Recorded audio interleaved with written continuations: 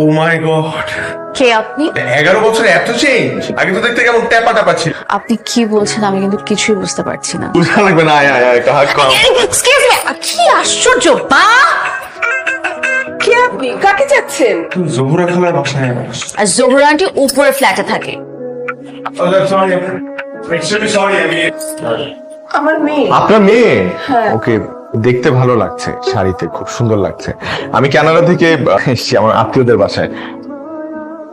জিতু, তুই?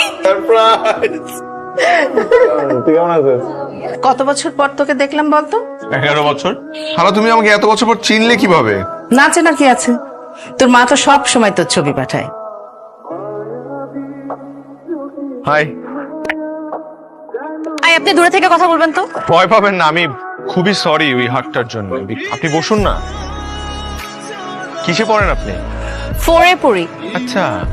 আচ্ছা, আপনি কি সব সময় ভুল সময় ভুল জায়গায় ঢুকে যান? ভুল সময় ভুল জায়গায় না ঢুকলে আমি বুঝবো কি করে যে সঠিক সময় সঠিক জায়গাটা কি? কফি খাবেন?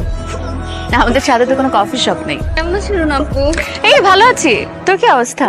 সবাই ভালো আছে, তুই জানিস যা। আমরা একটা বিজনেস আলাপ করছিলাম। কফি।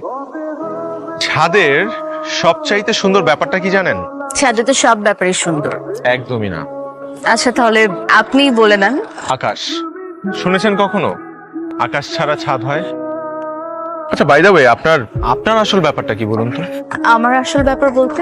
আপনার কপালের ছোট্ট টিপ হিরোশিমার ওই ভয়াবহ অ্যাটম বোমের থেকেও বেশি ভয়ানক। কাল আমি আবারও আসবো এই সময় ছাদে। ততক্ষণ পর্যন্ত বাই বাই, সাইনিং অফ। তুমি কি ভেবেছো আমি বুঝি না?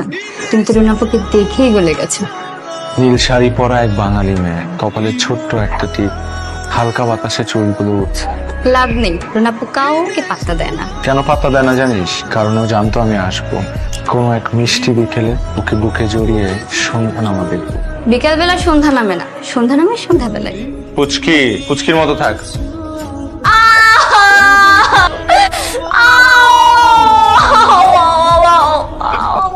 কি হয়েছে? পা সুন্দর আছে মাশাআল্লাহ। মুচকে গেছে। ও দেখি। পা তো ঠিকই আছে, মিথ্যা বলছেন কেন আমাকে? ভুল পা ধরেছেন, ওই পা মুচকেছে। ওকে ওকে ওকে ওকে, দেখি দেখি।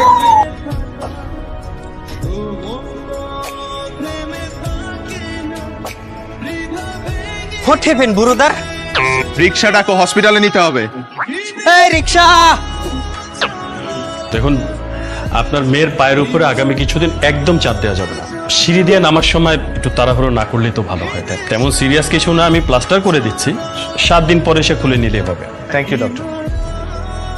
Thank you Jitu. একদিন আমাদের বাসায় চলে আসুন, আমরা একসাথে সবাই ডিনার করি। আঙ্কেল, একদিন কেন, আপনি বলে প্রতিদিনই আপনাদের বাসায় চলে আসবো। 3 দিন পরে ছাদে আসলাম। আফসোস তো আমার, কত প্ল্যান ছিল সব নষ্ট হয়ে গেল। কিসের প্ল্যান? ভেবেছিলাম আপনাকে নিয়ে পুরো ঢাকা শহরটা ঘুরবো। আমি জানি কেন আপনার সাথে ঢাকা শহর ঘুরবো। থাক, আপনার আমার সাথে শহর ঘুরতে হবে না। আমি হয়তোবা আপনাকে সুস্থ দেখে যেতে পারবো না। কেন, আপনি কি চলে যাচ্ছেন? হ্যাঁ। কবে যাচ্ছেন? সেটা আপনাকে কেন বলবো? তোর মা ফোন করেছে।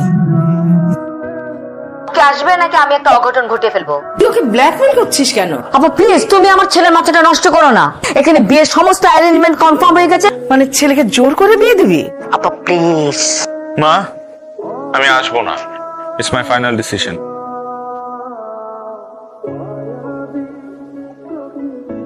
এটা কিন্তু অন্যায়। কোনটা? আপনি আমাকে রেখে একা রোদ পোহাচ্ছেন। আপনিও তো আমাকে রেখে একা একা কফি খাচ্ছেন।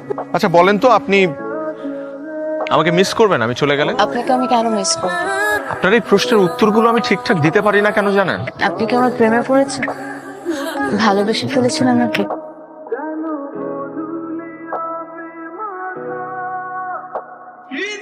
জিতু ভাইয়া তাড়াতাড়ি নিচে চলো, কেন? খালামণি এসছে। কি আসছে? তোমার মা। আগে মনে ছিল না? তুমি তো আমাকে ভাববারই সময় দিলে না। তুমি ভাববার কি আছে? আমার তো একটা পছন্দ বা একটা ডিসিশন আছে, তাই না? আমি যেটা ডিসিশন নিয়েছি সেটাই ফাইনাল। তুই ওকে জিজ্ঞাসা না করে বিয়ে কেন ঠিক করছিস? আপা প্লিজ, তুমি যেটা জানো না সেটা নিয়ে কথা বলো না। পরশুদিন টিকিট কেটেছি, জিতু আমার সাথে যাচ্ছে। হোয়াট? শুনলাম তোর কানাডা থেকে নাকি খালায় এসেছে। হ্যাঁ, জিতু ভাইকে নিতে। আমার খালামণি তো ভাইয়ের জন্য কানাডিয়ান মেয়ে পছন্দ করেছে, তা আমার ভাই কানাডা ফানাডা মেয়ে বিয়ে করবে না। তো কাকে বিয়ে করবে? ওই দিন বলছিল কি এক নীল শাড়ি পরা মেয়েকে দেখেছে, কপালে টিপ। তোর ভাইকে সে বল ওই নীল শাড়ি পরা মেয়েকে এত ভালো লাগলে তাকে প্রপোজ করতে। আমার খালামণি যদি জানে একদম মেরেই ফেলবে। আচ্ছা তুমি থাকো, আমি যাই।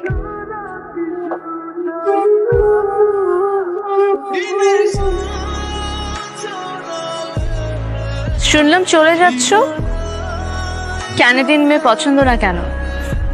শাড়ি পরতে পারে না এর জন্যে, নাকি অন্য কোনো ঝামেলা আছে? তুমি কি আমাকে কাটা খায় নুনের ছিটা দিচ্ছ? আমি তো এখানে শুধু একটা গাধাকে বলতে এসেছি যে তুই যদি কাউকে পছন্দ করিস, তোর ভালোবাসার কথাটা সঠিক সময়ে সঠিক জায়গায় বলে দে।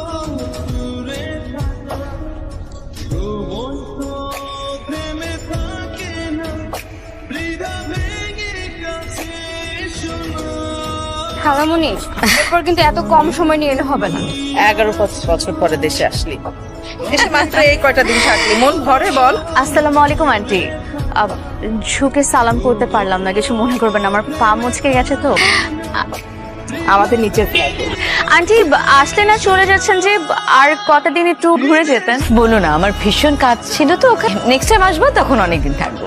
আন্টি নেক্সট ইয়ার মাসটাতে এরকম মন খুলে ঘুরতে পারবেন না। কেন? কানাডিয়ান বউ থাকবে সাথে। আন্টি আপনার ছেলে কিন্তু লাখে একটা, তাকে একটা দেশীয় মেয়ের কাছে বিয়ে দিলে দেখবেন দেশীয় বউ আপনাকে মাথায় তুলে রাখবে। এখন বাংলাদেশের মেয়েরা বিয়ে করলেই মা বাবার কাছ থেকে ছেলেকে নিয়ে আলাদা করে ফেলে। আন্টি আপনার ছেলেকে আমার সাথে বিয়ে দিয়ে দিন।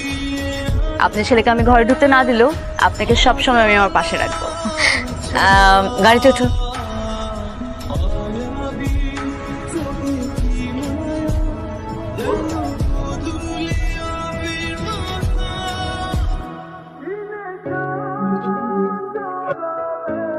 মেয়েটার নাম কি? রুনা। তুমি কি সত্যি সত্যি বাংলাদেশে কোনো মেয়েকে বিয়ে করতে চাও? আমার বাবা মা যেখানে বাংলাদেশি, সেখানে কেন আমি একটা কানাডিয়ান মেয়েকে বিয়ে করতে চাইবো? তুমি কি এই মেয়েটাকে খুব পছন্দ করো? ড্রাইভার সাহেব, গাড়ি থামান। যাও।